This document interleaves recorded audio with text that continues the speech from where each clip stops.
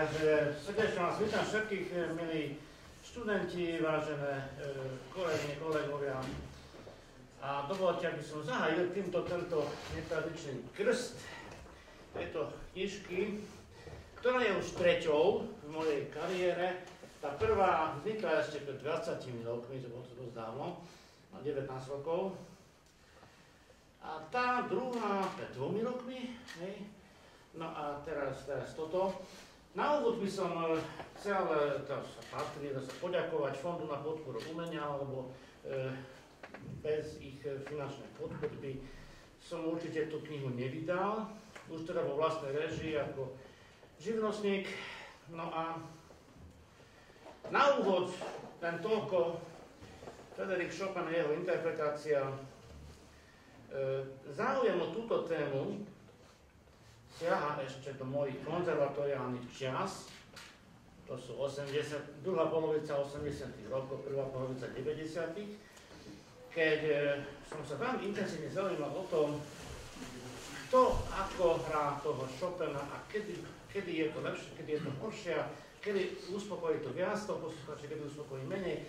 A proste to ma strašne vzrušovalo a aj sme s mojim už nemohým profesorom Kaščákom a jeho žiakmi, mojimi spolužiakmi sme o tom viedli vzrušené debaty. A tam teraz siaha môj záujem o túto tému. Frédéric Chopin, tak to je ako poet klavíra, vieme veľmi dobre, že patrí k najväčším osobnostiam hudobného romantizmu.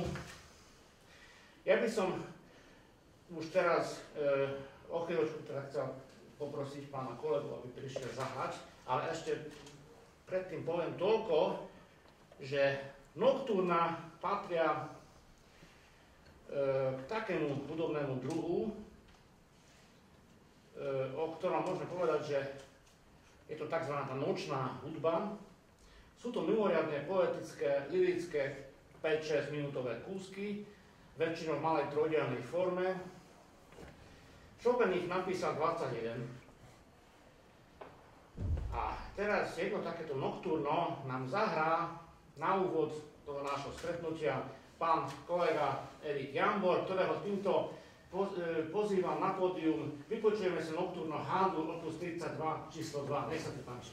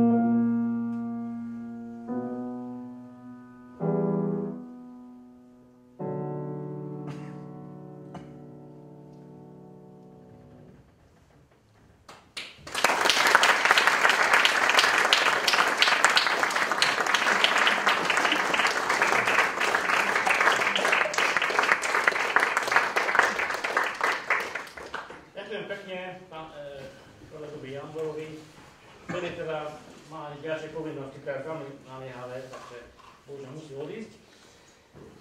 My však pokračujeme. Tým, aby som trošku sa priznal vlastne k niečomu. Táto knižka má svoju predhistóriu. Tá prvá kniha, ktorú som spomínal ešte z roku 2005, tá vlastne už bola takou prvou verziou tejto knižky. Mala takýto názov, že hudobná interpretácia a Chopinova poetika. Ona vychádzala z mojich vysokoškolských štúdií, z mojich prác doktoranda, z mojej dizertačnej práce a bola takto vydaná v roku 2005 ešte vo vydavateľstve Elle Press v Lelesi.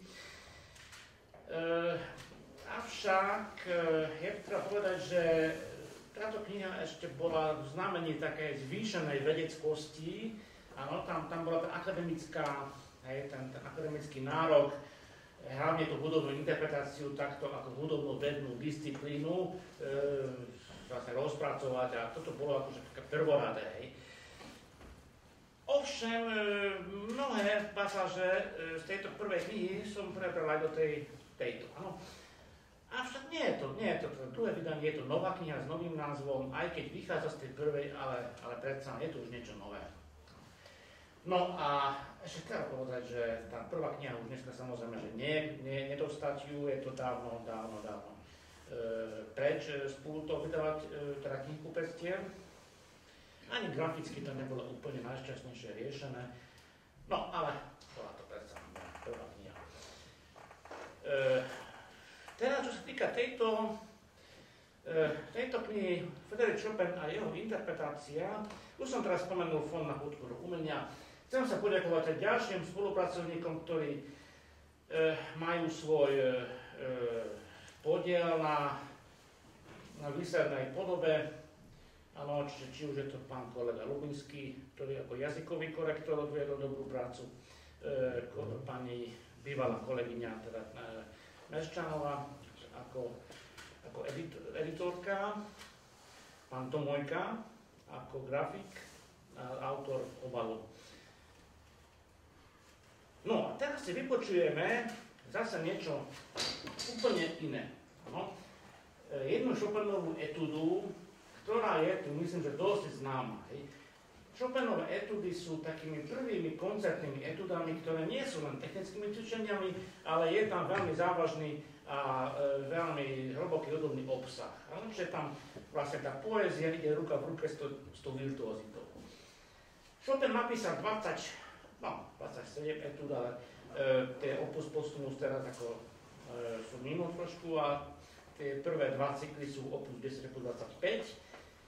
A ten prvých 12 etud napísal Chopin ešte vo Viedni. Vieme teda, že Chopin opustil Poľsko v roku 1830, aby sa dostal do bezpečia, keď sa chystalo to povstanie v Poľsku. Potom sa však tá politicko-vojenská situácia vyvinula tak nešťastne, že už sa nemohol vrátiť do vlasti. Stal sa takým väčšným emigrantom až do konca života a tú bol alebo túžbu po vlasti tam cítiť v každom takte potom jeho hudby. No a ešte predtým, než sa presídlil do Paríža, to je kde vlastne našiel druhý domov, tak strávil niekoľko mesiacov v Nemecku a v Rakúsku. No okrem toho vo Viedni teda písal väčšinou týchto prvých 12 etud. Najslavnejšia etuda je tzv. Revolučná etuda. V každom prípade ten názov revolučná nie je od Chopina, no samozrejme, ako to už väčšinou býva, také tie tituly sú dodatočne nájdené tou dobou, ktorá prišla teda po Chopinovej smrti. V každom prípade je tam nejaká súvislosť s Varšavským povstaním v roku 1831 a cítiť tam takú zvýšenú heroickosť, hrdinskú intenzitu, emocionálnu a takú tú naliehavosť a zvýšenú expresivitu, ktorá vyplýva z toho pocitu, áno, práve tej teda tzv. Revolučnosti. Patrí aj k tým relatívne ťažším sonátám, máme v ľavej ruke. Čo tu píšem napríklad o etudách? Etudy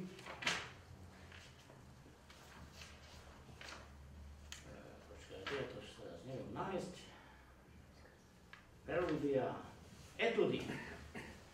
Poetická rozmanitosť etud je celkom mimoriadná. Od heroicky odhodlaného vzretu najslavnejšie revolučné etudy C-moll po eterickú subtilnú krehkosť harfov, tzv. Harfovej etudy As-dur.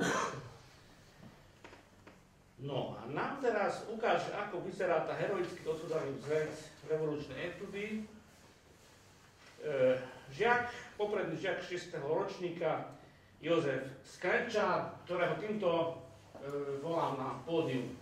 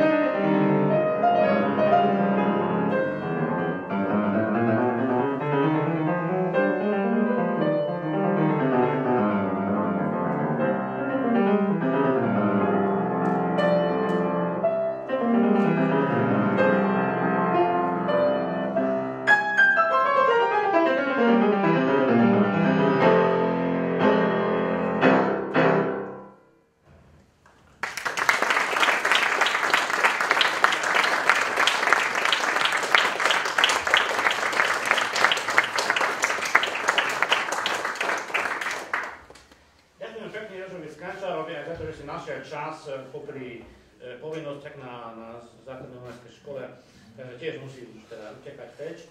Ďakujem pekne. No, pre koho je určená táto kniha? Tak samozrejme, že nie pre tých, ktorí majú k hudbe negatívny vzťah, to rozhodne. Ale pre každého záujemcu, ktorého napríklad zaujíma život a tvorba Frédérica Chopina, samozrejme, že aj pre konzervatoristov, pokiaľ prejavuje zvýšený záujem od toho Chopina, aj o tom, ako sa hrá. A no aj v podstate aj pre vysokoškolského študenta a pre každého milovníka hudby. Teraz mi dovolte, aby som predsa len vás uviedol do... Čo všetko obsahuje táto kniha? Takže prvá kapitola, kompozičná poetika Frédérica Chopina. Čiže tu vlastne nachádzame aj ten životopis, nachádzame takú peknú tabuľku, kde sa prelínajú tie životopisné udalosti so spoločensko-politickými udalosťami a s tvorbou. Je taká pekná tabuľka je to. Genéza pramení inšpirácie, čiže z čoho Chopin vychádza, celková charakteristika jeho diela, ako jednota protikladov, charakteristika hudobného jazyka a štýlu, no a potom pekne odá pozet jeho druhy a formy, čiže okrem piesní a komornej tvorby, kde má len jedno trio, jedno klavírne trio, jedno violončelovú sonátu, v podstate všetko to sú klavírne diela, čiže všetky tieto druhy a formy, ktoré Chopin pestoval, tam nachádzajú charakteristiku. Snažil som sa o úplnosť podľa možností, čiže od tých menších form, ako sú etudy, nocturna, preludia, mazurky, valčíky, áno, potom polonézy, samozrejme balady, skerce ako stredné formy, fantázia, klavírne koncerty, sonáty ako tie väčšie, najväčšie formy. No a významy a posolstva, áno, čiže to je sa snaha o takú estetické odšifrovanie Chopinovho odkazu. Ďalšou kapitolou je vývoj hry a interpretácie na modernom klavíri. Túto kapitolu som nechcel vynechať, pretože je to veľmi dôležité pre tú interpretáciu, aké má ten klavír špecifika, aké sú vlastnosti klavírneho tónu, s čím sa stretáva ten klavírista v bežnej praxi interpretácií. No a krátky prehľad dejín klavírnej hry a interpretácie, to má nejakých 30 strán, čiže nie je to až taký krátky prehľad. Je to vlastne od Karla Černého, čiže od pobetonovskej doby až po dnešok, rôzne, nie je to zameranie až tak na klavírnu pedagogiku, lebo to sú iné knihy na to, ale skôr na ten štýl klavírnej interpretácie. No a potom nasleduje tá samotné dve veľké kapitoly, ktoré sú už zamerané vyslovene na tú Chopinovskú interpretáciu. To by som si nechal ešte na ďalší vstup. A teraz ešte by som chcel poprosiť ďalšieho, nášho žiaka, ktorý nám zahrá fantáziu impromptu cis-moll. Čo je to impromptu? Impromptu to je v podstate taká krátka improvizovaná skladba. Poznáme Schubertové imprompta a potom od rôznych takých menších, menej významných autorov. Tie Chopinové imprompta sú zrejme také najznámejšie. Chopin ich napísal 4 alebo 5, čo stále mýlim. Tak, idem sa pozrieť. Vidíte to? 4 samozrejme.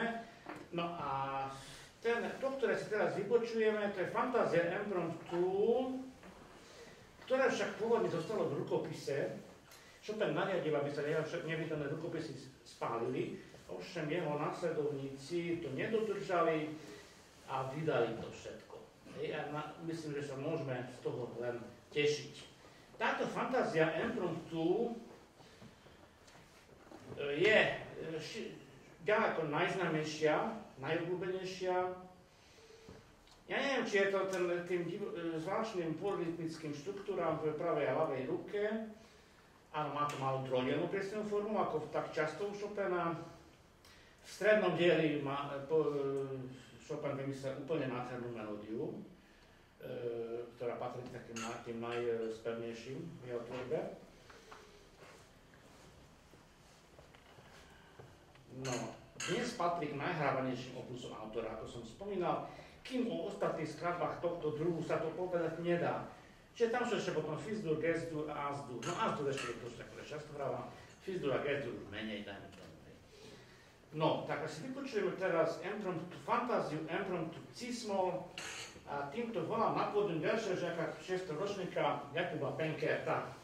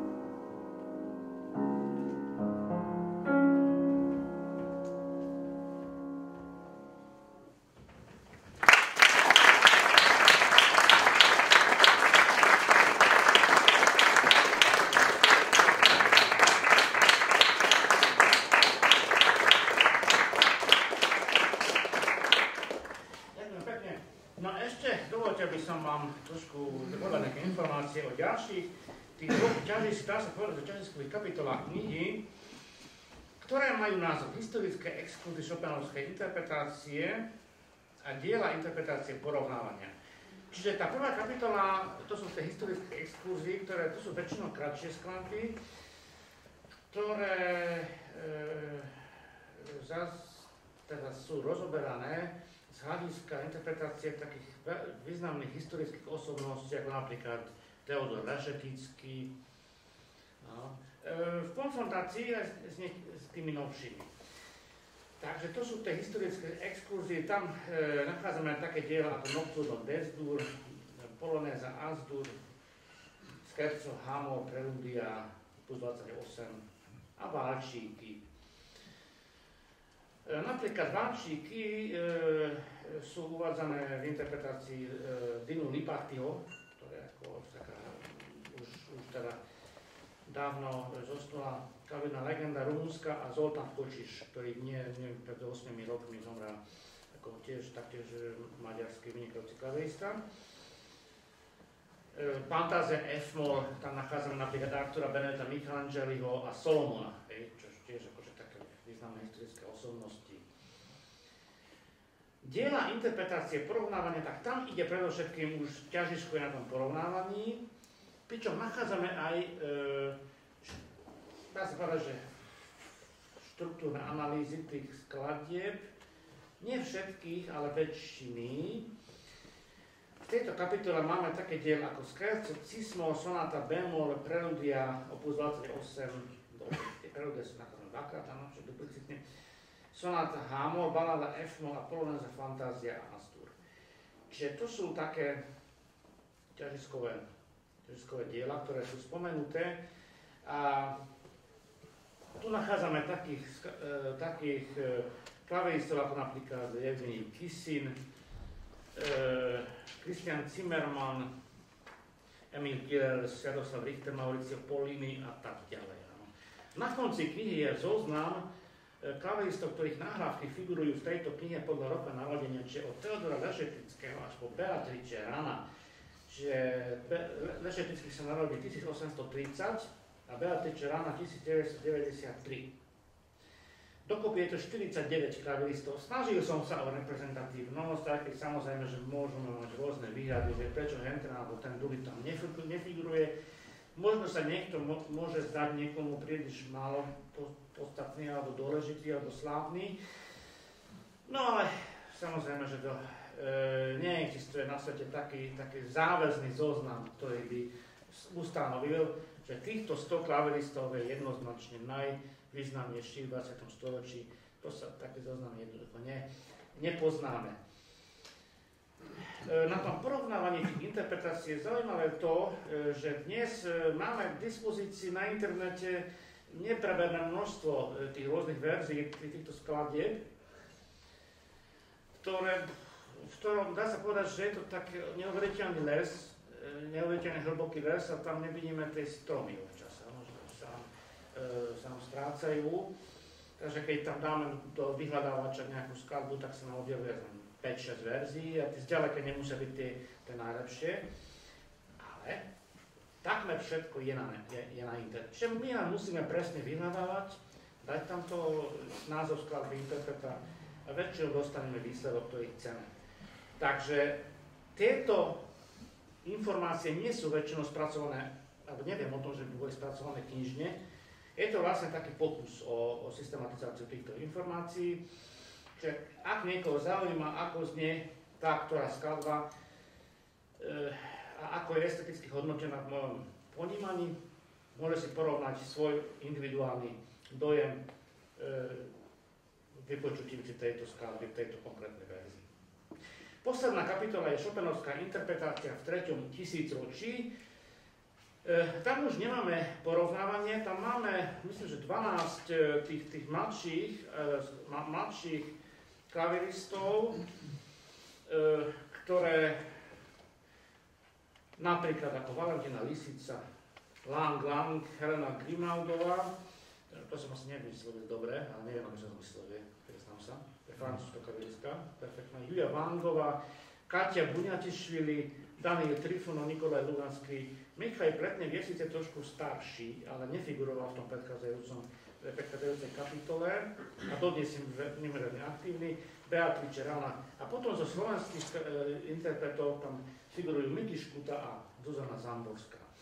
Aj v tých dvoch kapitolách predchádzajúcich figurujú niektorí slovenskí klaviristi, tak by som povedal. Veľmi pôvodne táto práca ašpirovala aj na to, že systematizovala tých slovenských klaviristov, ale priznám sa, bolo veľmi ťažké sa dostať k tým nahrávkam, takže som napokon len varil z toho, čo som mal k dispozícii. Takže nedalo sa tam ako urobiť nejakú takú súhrnú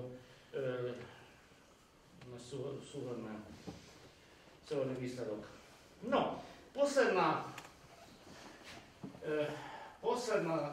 zvuková ukážka, hudobná ukážka dnešného stretnutia bude polonéza. Chopinové polonézy vznikali počas celého života, je ich dokopy 16.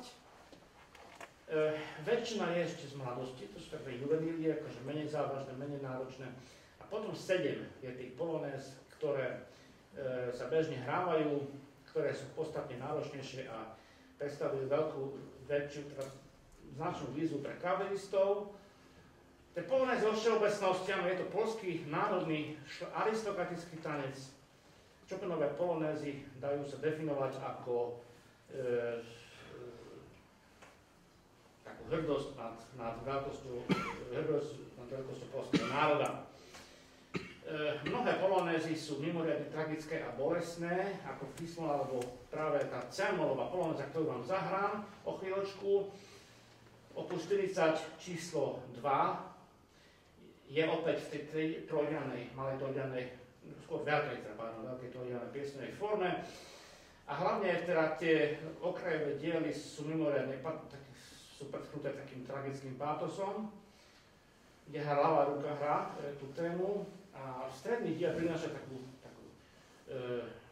expresívnu útechu. Dobre, takže toľko asi všetko. Teraz sa vám pokúsim zahrať polonézu C-moll.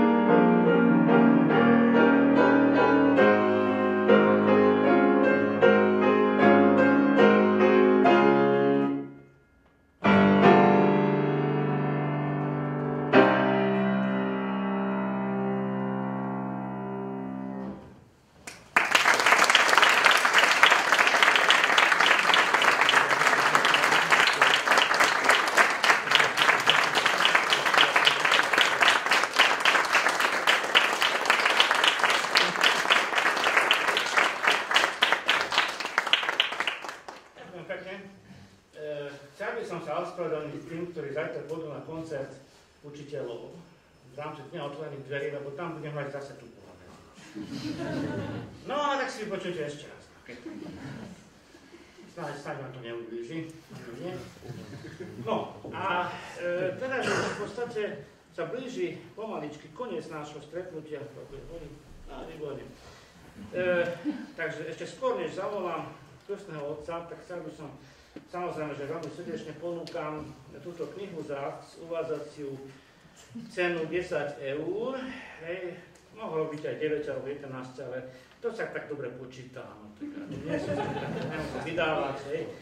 Dostanete plynulý poklad aj s pečiatkou. No a teraz dovoľte, aby som prizval Krstného Otca, ktorým nie je nikto iný ako náš starý kolega, hudobný skladateľ.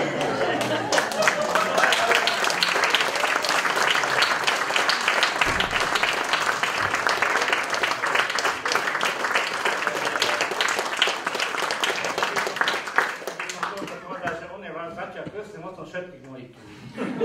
A služobne starý. No, tak keď som sa dozvedel, že mám byť krstným otcom ďalšej knihy, tak som si povedal, že musím k tomu veľmi zodpovedne pristúpiť. No a začal som rozmýšľať, ako by to bolo najvhodnejšie. Takže najprv som myslel, že pôjdem s tým do plavárne, lenže v Prekošovci, tak to sa nedá. No a potom ďalej som zvažoval, že by mi mohli pomôcť nejaké osvedčené súbory, ako napríklad nejaké mažoretky, alebo Alexandrovky, alebo Lučica, tiež sa to nedalo. No a potom niečo slávnostné, ako napríklad nejaký ohňostroj, lenže bohužiaľ v dnešnej dobe, keď tá vojna všelikde je a tak to vyzerá nebezpečne. Takže nakoniec som sa rozhodol, že mi postačila aj takáto solonička. Že ona postačí, pretože ide o to, aby tá kniha bola stráviteľná, chutná. Pokiaľ tam budú nejaké ťažké tieto slovné spojenia, tak to pomôže stráviť, keď trošku posolíme. Ale som si istý, že to tak nebude. Takže ja si dovolím teraz takto.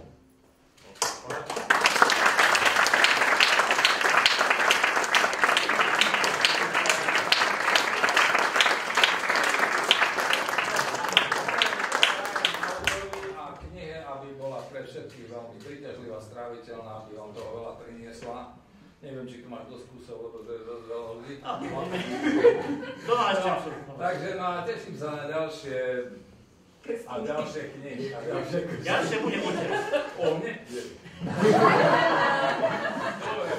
No, takže asi len toľko. Takže ja ďakujem za toto perfektné podujatie aj v mene vás všetkých, že to je proste, bolo to jednoducho super a prajem ďalšie úspechy, aj ľudské, aj interpretačné a vôbec. Hej?